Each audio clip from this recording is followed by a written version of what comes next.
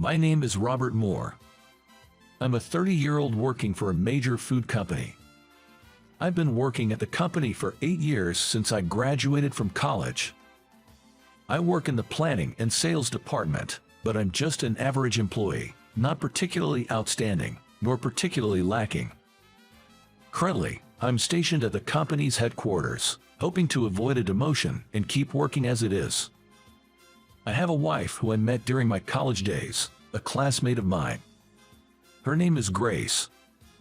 We got to know each other better because we were in the same economics seminar at the same university, and we got married right after graduating college.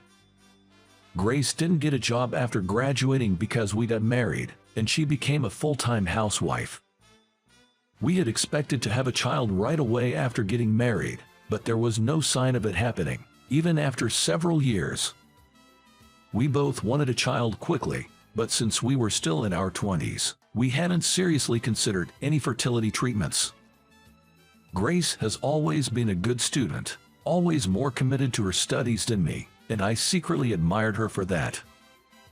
Unable to have a child after getting married, Grace seemed to have started studying for a professional certification. Perhaps she had time on her hands because she was a full-time housewife at home without children. And recently, Grace told me she had passed the Certified Public Tax Accountant exam. Robert, I've passed the CPDA exam. Well done, Grace, I'm proud of you. I congratulated Grace with a smile, but there was a possibility that my face may have been a bit tight. I'm just an ordinary white-collar worker without any position. Grace is a certified professional with a promising future. And with her planning to work as a CPDA, I began to worry about what would happen with our plans for a child. If Grace were to make good use of her qualification, earn more than me, excel socially, and have and raise a child, where would I stand? I felt anxious, thinking that I might not be needed anymore. As Grace was filled with enthusiasm after acquiring her certification, my feelings began to darken day by day. And our relationship with Grace became increasingly strained. Grace seemed not to understand why I was becoming distant. Robert, have you been feeling unwell recently? Grace often asked me with a puzzled look. But I couldn't bring myself to admit my feelings of inferiority to Grace, and I just resented my pathetic self. I began to come home late and spent more days drinking with my colleagues after work. Conversations with Grace at home became less frequent. I still loved Grace, but my petty male pride was undoubtedly straining our relationship. Grace seemed to be considering working as a CPDA since she had acquired the certification. And I broached the topic of divorce with Grace. Our conversations had ceased, and our relationship had become uncomfortable, so Grace agreed to the divorce quite easily.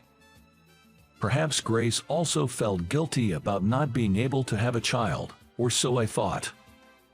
The day before I divorced Grace, I went to my favorite diner alone and cried in secret. As I traced back our days together, remembering Grace, whom I first met in college, I wasn't sure if getting a divorce was the right thing. Robert, let me do it for you. From our college days, Grace had always taken care of me with a cheerful smile. Whether it was taking notes for me at school or helping me with homework, it seems that I had always been dependent on Grace. But there was a part of me that couldn't face such a pitiful self. Grace probably didn't come to dislike me, but the flow of events was unstoppable. We put an end to our married life and each started our own lives. After the divorce, Grace and I stopped contacting each other. I, who had parted ways with Grace, was supposed to throw myself into my work with a fresh mindset. However, since no one was home when I returned, my passion for work seemed to have further waned. I felt like I had lost my reason to work hard, and I just kind of went on with my work day after day. It's not that I hated my job, but I didn't find it particularly rewarding, and naturally, my performance didn't improve. Then, I was transferred from the planning and sales department to the accounting department. I had no experience in accounting, and I didn't understand why I was suddenly transferred to the accounting department. But thinking that it's better than being demoted, I ended up working in the accounting department. Dealing with finances meant that it was a pretty nerve-wracking job. What's more, my boss in the accounting department was the president's son, a man named Jacob. Jacob was highly motivated and famously strict. Having graduated from a university abroad, and with plenty of experience in major companies, he also boasted qualifications as both a certified public accountant and a certified public tax accountant in a foreign country. With such a profile, the president's son was rumored to be the next president. It was reassuring for the company to have such talent, but unfortunately, he was quite harsh to other employees as well. "Robert, what is this document? Generally, you are too slow to complete paperwork and your analysis is too superficial." I'm sorry. I just transferred and it's been quite challenging." Don't make excuses every time. Excuses are cheap. Our company is set to grow rapidly and no one will listen to excuses. "I'm sorry. I'll be more careful in the future." If you have time to apologize, you should study more about accounting. How will you work in a company without understanding even basic accounting? "Yes, I'll study more about accounting." I was sweating bullets being chastised by Jacob. I seriously felt like I was in deep trouble. I realized that I didn't have time to complain about not understanding accounting. "All right, it's a matter of pride now. I'll master accounting through and through." I felt a fiery passion in my heart for the first time in a long while. Maybe I was influenced by Jacob's zeal, but his words seemed to guide me in understanding that I couldn't go on as I was. I went to a bookstore and bought books on accounting, but just reading the text didn't help me understand much. After doing some research, I felt that it might be best to attend an accounting school. I could make friends who are interested in accounting and exchange information. So, I quickly enrolled in a school that was relatively close to my home. Because of all the overtime Jacob had me doing during the week, I chose a school that offered weekend classes. "All right, I'll become a professional accountant here. I'll surprise Jacob." I opened the door to the accounting school with determination. Already, the room was filled with lots of students. Seeing this scene made me reminisce about my student days and my heart soared for the first time in a while. It made me nostalgically remember my youthful days. Looking back on my student days, my memories were filled with Grace. Come to think of it, Grace was always there by my side. Lost in my thoughts, I didn't notice that the class had started, and the school's tax consultant, the teacher, had come in. The moment I saw the teacher, I exclaimed in surprise. The tax consultant who was the teacher at this school was none other than Grace. Yes, Grace, my ex-wife.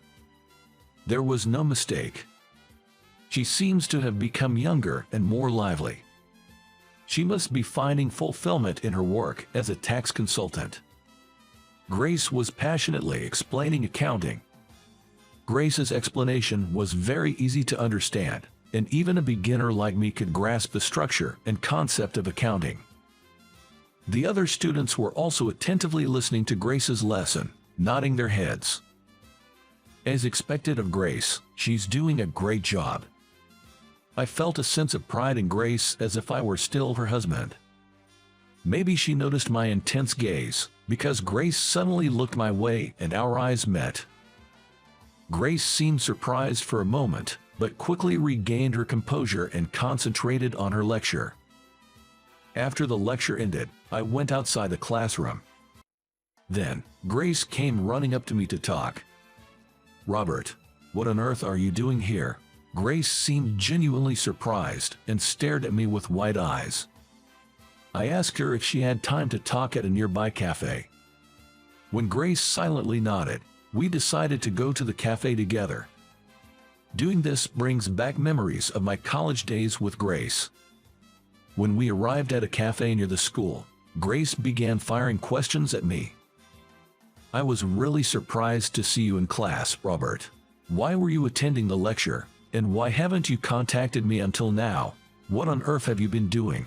After the divorce, Grace worked as a tax accountant, and she told me she also taught at a business school on weekends.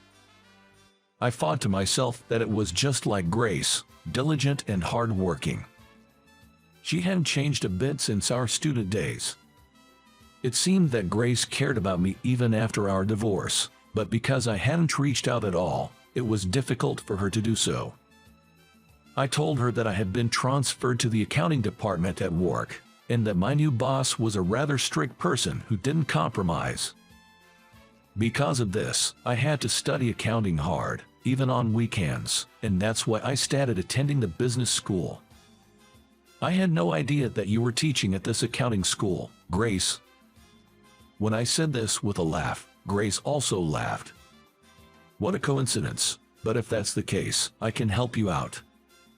With her eyes sparkling, Grace told me that. From then on, whenever I went to the school on weekends, Grace gave me extra lessons. She answered all my questions, and thanks to the homework she came up with for me, I gradually gained a deep understanding of the subject. Whenever I had a problem with accounting at work, I would consult with Grace, and she would come up with several solutions for me. I started to digest her proposals and submit them to the company after analyzing them. I started spending hours debating with Grace every weekend. And before I knew it, Grace had once again become an indispensable person in my life. Hey Grace, have you found someone else? One day, I decided to voice the question that had been on my mind. I felt incredibly selfish asking Grace to get back together after I was the one who initiated the divorce, but I couldn't help but ask. Grace silently shook her head. I felt a profound sense of relief and couldn't help but laugh. Why are you laughing? Do you think it's funny that I'm not popular? Grace glared at me, seeming a little annoyed. No, it's not that. I'm just relieved that you're still single. I've been reminiscing about our student days and wondering if we could spend time together again. At that, Grace's face turned bright red. It seemed that my words had made her a little shy. She was back to the face of the wife I knew, rather than the serious instructor. Since then, Grace and I started living together again. When I came home from work, Grace would listen to any work-related troubles I had. By that time, Grace had become a reliable partner and an irreplaceable presence in my life. Change was certainly happening at the company. Jacob was devising a new management strategy to further expand the company. I fully supported Jacob from an accounting perspective. Of course, this included a lot of Grace's ideas, but that was a secret within the company. Then, the management strategy Jacob built succeeded, greatly increasing the company's sales.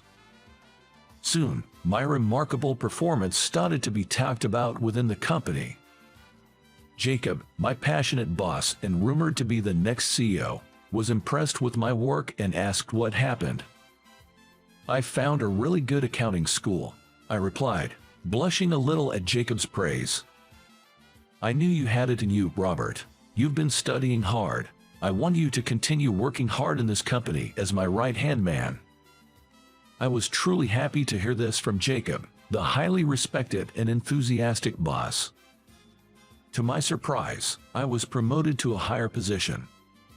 At that time, I remarried Grace. Although it was a marriage to the same woman, it might not be correct to call it a remarriage, but well, that's beside the point. I've been promoted, but I'm going to resign from the company. Jacob was very surprised by my words and tried to stop me. But I wanted to be with Grace. So, I studied hard to become a tax accountant, and, in fact, I managed to get my certification. Thanks to Grace, I had come to find accounting interesting. Moreover, Grace, as it happens, was joyfully pregnant. Now, I'm going to open a CPA firm as the principal accountant along with Grace. The most important person that I once let go due to my foolish pride, Grace. The second chance that I've been given, I vowed not to waste it and never to part from grace again.